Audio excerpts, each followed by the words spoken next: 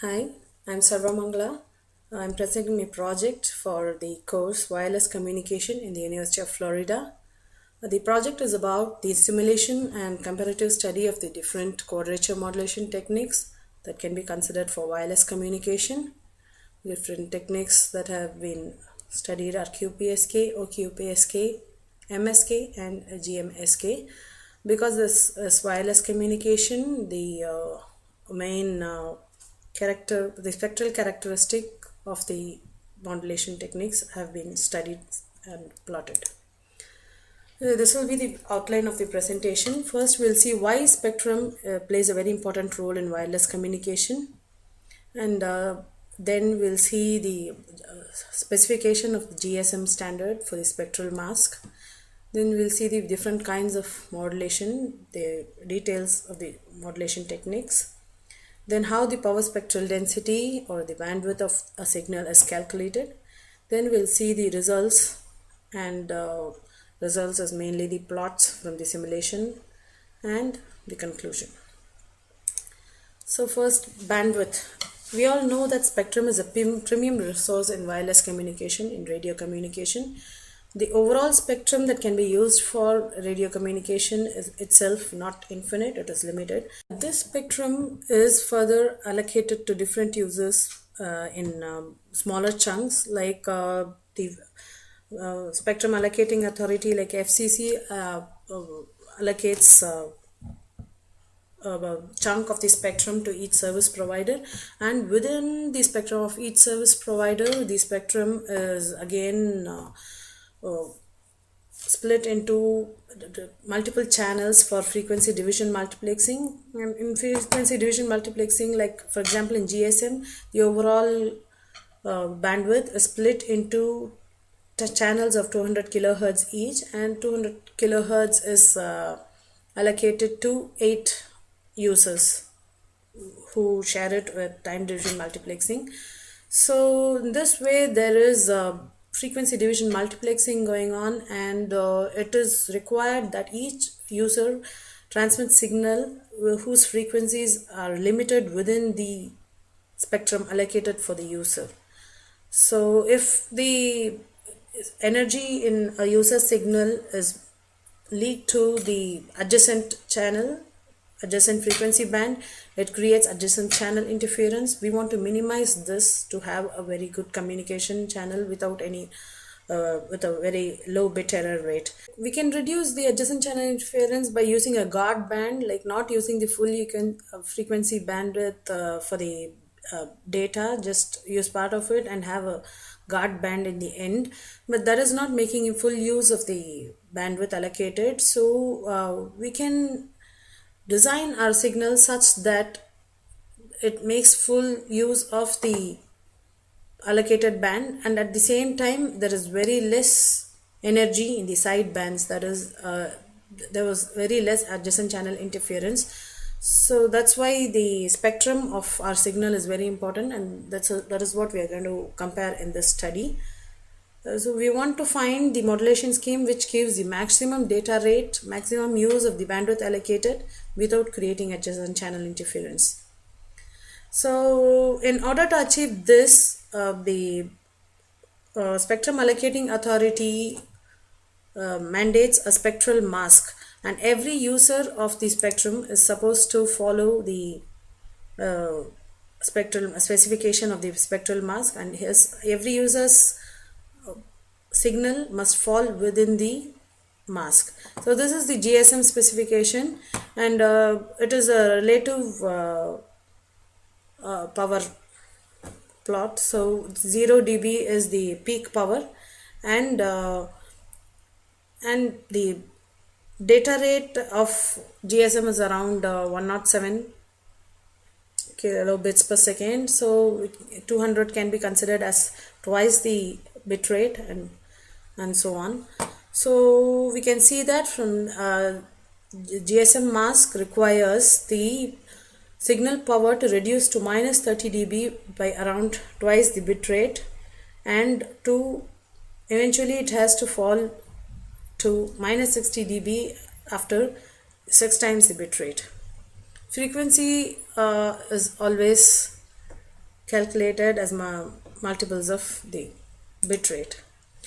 So yeah, we'll see the different modulation schemes now. The quadrature modulation is the optimal modulation that is preferred for all communication because the bandwidth efficiency, the bit error rate performance is same as BPSK, but at the same time it gives double the data rate because of use of the both in phase and quadrature components of the carrier. In phase component is the cosine waveform and quadrature component is the sine waveform, and they are both orthogonal, so the bit rate is not changed. And this is the basic formula for any quadrature modulation scheme. The binary information sequence is converted into the non-return to zero sequence, that is zeros are represented by +1 and ones are represented by -1. And the normal practice is the information sequence, the odd bits are coded in the quadrature component and the even bits are coded in the in phase component. And this is the simple duration. Simple duration is twice the bit duration because in quadrature modulation we transmit two bits at the same time. And FC is the carrier frequency, and GFT is the pulse shape used for each symbol interval. This is very important because pulse shape plays a very important role in the spectral behavior of the signal. So we'll study four schemes which are slight variations of this basic quadrature modulation. First one is QPSK, quadrature phase shift keying. It is the basic scheme in quadrature modulation where the pulse is just a rectangular pulse in the symbol interval.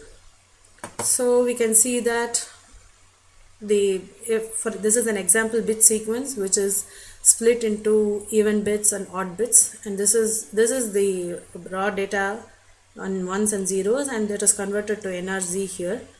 And yeah, the plus and minus one just change the phase of the carrier, and so when you add it both, add the I component and Q component, you'll get the overall signal like this. And we can see that there are abrupt shifts in the amplitude. Any abrupt changes in the signal leads to very high frequency components. That's why with a rectangular pulse it's impossible to get a good frequency spectrum. The frequency is actually infinite. It never falls to zero. That's why we need to improve on this. Another scheme that is considered is offset QPSK. Offset QPSK is very similar to QPSK with a minor difference that the quadrature component alone is shifted by 1 bit duration. That is half of the symbol duration. So you can see that the quadrature component is shifted, offset by the time, and when they get added, the result is that the 180 degrees phase shift that happens in QPSK is avoided. The maximum phase shift that is allowed in OQPSK is only 90 degrees plus or minus 90 degrees, and so the abrupt change in amplitude is only half of what happens in plain QPSK. But then this should improve the spectral behavior. We should reduce the side bands in the spectral behavior. But what happens here is, while in QPSK there is a change only once every symbol interval, here in OQPSK the change happens every bit interval. So 2 times the change is 2 times that in QPSK. So overall the effect is that QPSK and OQPSK have the same spectral behavior, same spectrum, and this spectrum will not at all do for wireless communication. It has a lot of side bands, as we will see the plot later. So next one is MSK, minimum shift keying, which is a very smart scheme. It is actually pulse shaped OQPSK.